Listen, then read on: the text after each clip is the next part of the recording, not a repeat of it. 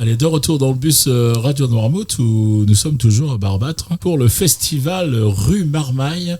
Et donc on fête ses 10 ans et je suis avec Alfredo Panzani. Bonjour. Bonjour Alfredo.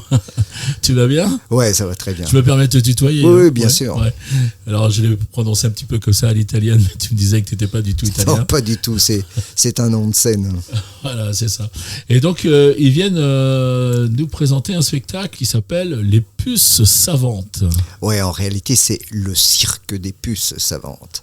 Oui, parce que c'est vrai que j'ai vu la scène, enfin... C'est un cirque. C'est un cirque, Ouais, voilà. ouais. C'est un petit cirque, mais un cirque. C'est un petit cirque parce que les puces, c'est petit. Donc, Oui, c'est ça. L'un entraîne l'autre, quoi. Par rapport à une puce, c'est un grand cirque, même. C'est pas mal, oui. Ouais. Alors, qu'est-ce qu'on en fait avec ces puces et comment vous êtes arrivé à aller chercher les puces, quoi ? Pourquoi les puces ? Alors, vous voulez toute la vérité ? Presque, oui. Oui, bon, alors, en fait, je viens d'une famille circassienne, c'est-à-dire des gens qui faisaient du cirque. Mon grand-père et mon père étaient docteurs de fauves. Et j'ai voulu faire la même chose. J'avais des tigres et un soir d'orage, Sultan, qui était un des plus gros tigres, il faisait dans les 650-700 kilos, donc vraiment une belle bête, énervé par la foudre, etc., le tonnerre m'a sauté dessus. Je m'en suis tiré avec 2 mois d'hôpital et à partir de là, j'ai décidé de travailler avec des fauves, mais des fauves un peu moins dangereux, quoique. Bah oui. Quoique. Et vous êtes descendu directement à la puce. Oui, j'avais pensé à passer plus gros avec les éléphants, mais alors là, le prix du chapiteau commençait à devenir un peu trop élevé pour moi. Donc je me suis dit, bon, les puces, ça va le faire. Non, il y aurait pu avoir l'étape des lapins ou des chiens. Les chats, les perruches, voilà. Mais bon, c'est volatile, tout ça. Non, alors que la puce, voilà. Elle saute, elle, par contre. Elle saute, mais ça, il y a moyen de les empêcher de sauter. C'est vrai ? Oui, on les éduque dans des bocaux. Alors on commence par les mettre dans un bocal qui fait à peu près 30 cm de haut. La puce saute, elle se cogne, elle saute, elle se cogne, elle saute, elle se cogne.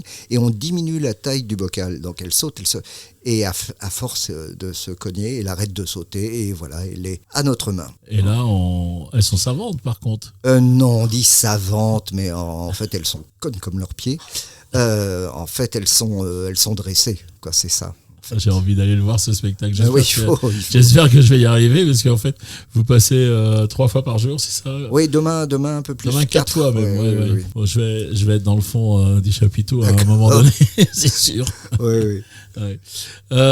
Barbâtre, alors, on disait tout à l'heure, moi je voulais absolument vous avoir au micro, puisque vous étiez déjà là lors de la première à Barbâtre, et là vous êtes là pour l'anniversaire des 10 ans. C'est très curieux parce que ce sont leurs 10 ans et moi ce sont mes 30 ans.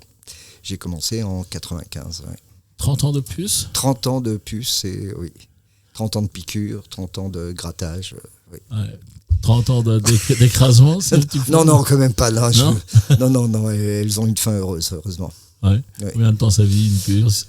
Alors, dans mon cirque, elles vivent très longtemps, puisque j'ai une puce qui a à peu près 15 ans. Ah oui. 15 ans, oui. Mais sinon, ça vit 3 mois. Ouais. Mais il s'agit de les changer régulièrement, on garde les mêmes noms, comme ça on s'y perd pas. Voilà. Et puis, il y a une reproduction peut-être ? Terrible. Là, parce que j'ai un chien et des chats à la maison. Ah oui. Et alors, ça y va joyeusement. Hein, ça se saute dans tous les coins, oui. Ça pourrait se mélanger avec un pou ? Ah non, surtout pas, et pas avec les punaises de lit, parce que là, ça deviendrait terrible, vraiment terrible. J'ai vu que vous aviez une assistante aussi. Oui, elle sert à nourrir les puces quand je pars en tournée et que j'ai pas ni mon chien ni mon chat. Donc, voilà. Et là, elle monte le chapiteau. Elle monte aussi le chapiteau, oui.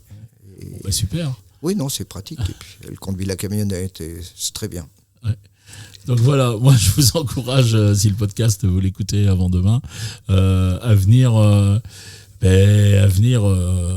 regarder Alfredo. Alfredo et ses puces. Ça dure 20 minutes, donc c'est très rapide et c'est très intéressant. Et alors c'est très très rapide, et puis par contre on s'en rappelle très très longtemps.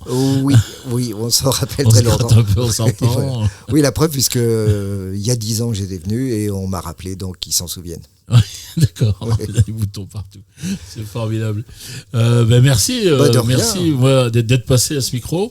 Merci. Je dis merci aussi à tous ces gens qui font ces spectacles plus ou moins de rue d'ailleurs. Ouais, c'est de la rue. Et vous avez un dynamisme, vous Vous amenez du bonheur partout et moi je dis bravo à tous ces gens tout le temps. Il faut. Quelle spécialité que ce soit. Ouais. Voilà. Merci. Bon, vous avez un beau record là, à partir du tigre de 750 kilos pour arriver au puce. Oui. Je le raconterai. Allez, Alfredo, je vous souhaite une bonne journée. Oui, tout à l'heure dans le chapiteau. Pas de problème. Et puis merci d'être venu, comme on dit chez nous, à puce dans le bus ou à plus dans le bus plutôt. À plus dans le bus. Allez, salut. Salut.